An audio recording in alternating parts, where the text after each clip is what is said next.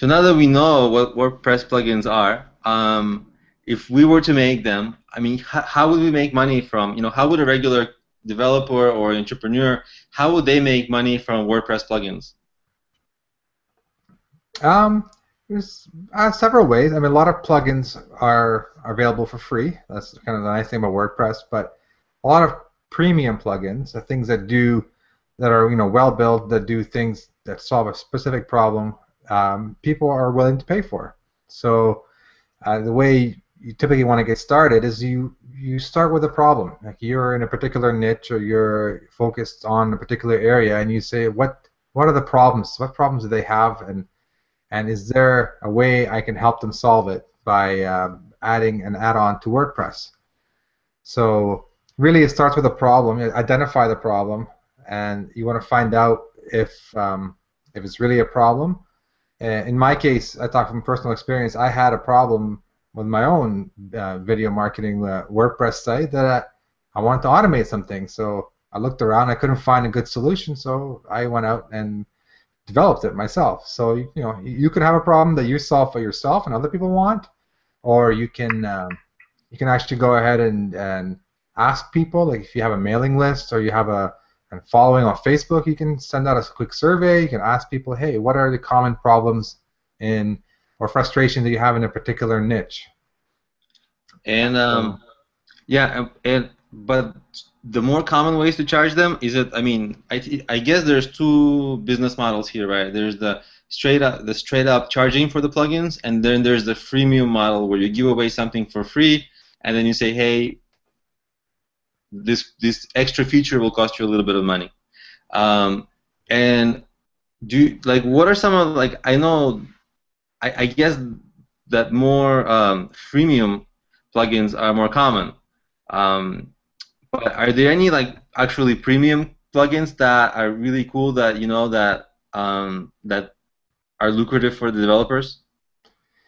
yeah, you see the thing about WordPress plugins is pricing is you got to be a little bit smart. You got to do a little bit of homework and you got to do a little bit of testing as well. So because people associate WordPress with free, and usually free plugins are not the greatest quality. They're not maintained. They're not supported.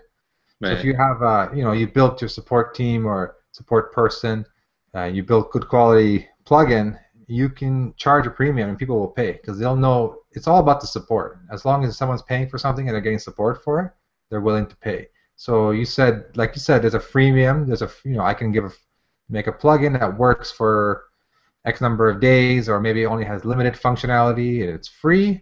And then you can, from inside there, you can click to a sales page and upgrade to the full version.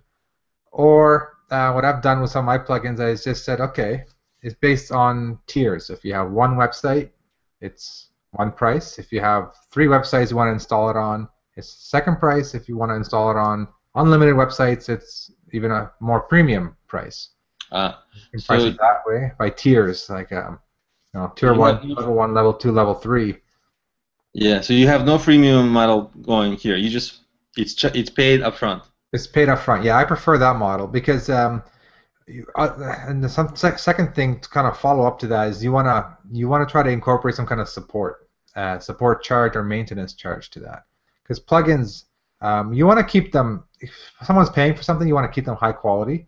Yeah. So it's going to take your time or a team or your developers time to support the existing product. So you want to make sure that maybe you give the first year for free, then for maybe around 10 or 20% of the price that you charged every year, you would charge them that money so they can get the support, all the updates, and it's justified because you're charging for a service. You're supporting them, email support, and you're also providing updates to fix bugs, keep up. WordPress keeps changing.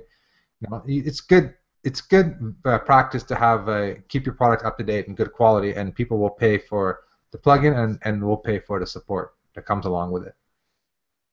And are there any examples that of like just premium plugins that aren't free that have done well that are lucrative? Like, are there any that are famous that I would know? Um, trying to think off the top of my head.